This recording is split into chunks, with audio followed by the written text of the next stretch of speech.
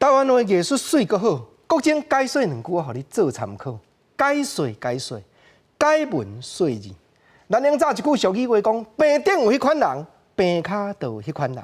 实在讲，无论讲戏剧还是流行歌，这拢共款，就是世间有即种真实的情形，歌词内底才会写即种的剧情。尤其咱的台湾歌谣，莫讲即当阵啦，国情要招你来开讲，40-50当前的歌，歌词内底就咧写讲确实也有迄款讨厌交男子，欢迎女朋友，讨厌文雅幼秀，欢喜学风流，也有即款人。干那国情啊，歌词一个读，我相信你随会知甲讲啊，这倒一条歌出来？是啦，正就是黄俊良布袋戏内底的主角苦海女神娘。女神娘伊确实是女性，毋过伊讨厌交男子，欢迎女朋友。人讲女性就爱文雅幼秀，伊毋，伊欢喜学风流。总是一个人有一个人的经过剧情内底安怎样安排变化，造成甲讲苦海女神娘有即款的心情。咱如今已经无法度去猜想，毋过总是即条歌会变作现实，真侪女性甲女性伫咧意爱中间，定定提出来唱的主题歌。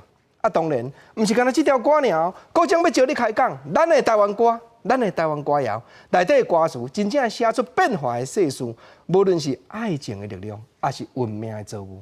你甲想讲，因为爱情坚定，男性甲男性会当勇敢去到户政事务所，讲我要登记结婚。这原来过去歌词内底有唱到，讲或者小卒啊，有时也会变英雄。对啦，虽然咱拢是无名的小卒，是平凡的人，毋过因为爱情的力量，因为勇气。你敢无感觉讲这真熟悉？嘛是咱的台湾歌内底唱到的歌词，人哪会遮够做歌？洪英红原主唱的《爱情的力量》，搁毋那这呢？台湾歌创造出来流行话，搁整一条一条，搁再来讲，搁来即句吼，足简单，干那5字尔。大家小巷大家晓唱，全世界现此时，无论去到讲潮州，去到讲香港，去到讲新加坡，足侪人嘛拢会晓，因为3分天注定。